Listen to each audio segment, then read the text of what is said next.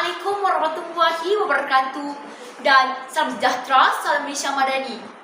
Yang berusaha Tuan Pengerusi Majlis, Barisan Hakim yang arif lagi bijaksana, guru-guru yang saya hormati dan rakan-rakan saya kasihi sekalian. Berdiri saya di sini bertijam untuk mendengarkan wacana minda yang bertajuk Kompas Perpaduan dan Nadi Malaysia Madani. Pada tanggal 13 Mei 1969, Kuala Lumpur waktu itu diselimuti debu hitam yang melambangkan gelapnya masa depan kita. Udara dipenuhi bau bangunan, hangit terbaku dan tangisan anak kecil yang memeluk jasad bapanya. Darah yang mengalir dari jiwa menjadi saksi betapa hancurnya sebuah kebencian mulai meresap ke dalam jiwa. Antara kaum bertukar menjadi musuh, antara masa bertukar menjadi seteru. Daripada retuan air mata, abu kehancuran itu, nenek moyang kita enggan melihat tanah air ini terus mati. Kita sedar budaya budaya bukanlah satu sumpah, tetapi satu anugerah. Maka pada 31 Ogos 1970 lahir sebuah janji setia, sebuah azimat yang ditulis dengan darah dan air mata, iaitu rukun negara. Di tanah Malaysia ini, setiap bangsa memang mengamalkan budaya masing-masing. Namun, kiblat kesetiaan kita hanya satu, iaitu kepada raja dan negara. Mari kita dengar kita kembali rintihan bapa kemerdekaan kita, Tunku Abdul Rahman Putra Al-Haj, yang berpesan dengan penuh harapan, sifat utama yang berwarga negara yang baik, jalan kesetiaan dan ketaatan kepada negaranya. Tetapi di manakah kesetiaan itu sekarang? Apabila sekarang telefon kita dengan penghinaan terhadap institusi diraja, apabila nama Tuhan kesan agama kaum lain perhatikan untuk membenci sama saudara. Di manakah roh rukun negara yang kita ikrarkan setiap minggu?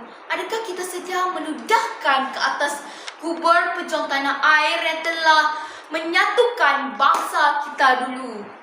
Sidang saksi yang Dewan yang bijaksana, Perisi ketiga dan keempat, Pelupuraan Permukaan dan Kerajaan Undang-Undang hadir seperti payung diingati hujan badai dalam sebuah negara yang sangat diratusan budaya daripada semenanjung sehinggalah ke bumi kenyalang dengan di bawah bayu.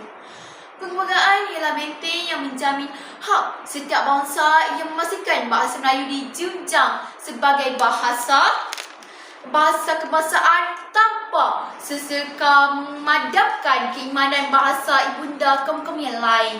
Hadirin sekalian, sedarlah, undang-undang tak mengenal kasta. Ia tidak memilih antara Melayu, Cina, India, Iban mahupun Kadazan. Di hadapan keadilan, kita semua adalah sama. Namun apabila undang-undang dicabar, apabila hak budaya lain cuba dipertikaikan demi ketaksuban, puas dan kepentingan politik sempit, kita sebenarnya sedang berebut bumbung kesempatan tempat kita bertuduh dengan sesekali kita lupa mengapa yang ini dipacak. Jangan sampai api perkauman membakar semula rumah besar ini, baru kita mahu sedar diri pada bendera. Hadirin yang saya sayangi, hai sekali hancuran kita sebagai satu bangsa permulaan adalah kita merupakan prinsip yang kelima, iaitu kesopanan dan kesusilaan.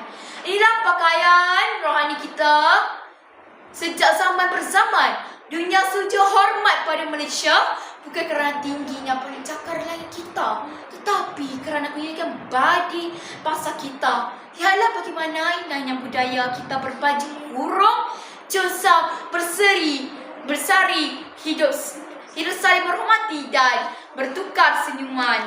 Tetapi hari ini, tengoklah abah anak-anak muda kita di balik nama samaran di media sosial kita bertukar menjadi pahlawan cyber yang resis, pahlawan kemanusiaan.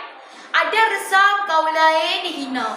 Tarian tradisional dijadikan bahan ejekan dan aib sesama bangsa disebarkan dengan rasa bangga. Sambil jari merobek hati orang lain, kita lupa budi bahasa kita sudah pun mati.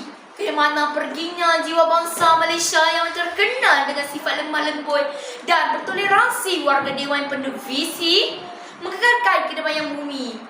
Bertuah yang sara dengan perbuatan ibunda ini memang nampak mustahil di mata dunia luar. Namun, umur sebegini lupa telah pun kita daki, kita telah membuktikan bahawa di mana payung rukun negara, darah kita mengalir sejua dan nadi kita boleh berdengur irama sesama lebih separuh abad. Ingatlah, kedamaian ini bukanlah titik bersuma, ia telah dibayar dengan harga yang ini sangat mahal. Beri tumpahan air mata pada tahun 1969. Peristiwa gelap itu, oleh itu, jangan sekali kita bedakan egor perkauman dan kerekaan cyber hari ini. Pertukan tiang seri rumah besar bernama Malaysia. Sumpah demi bertuah ini, kita akan sesal sekali membiarkan warisan nenek moyang berkubur dalam dalam dakapan keberhentian.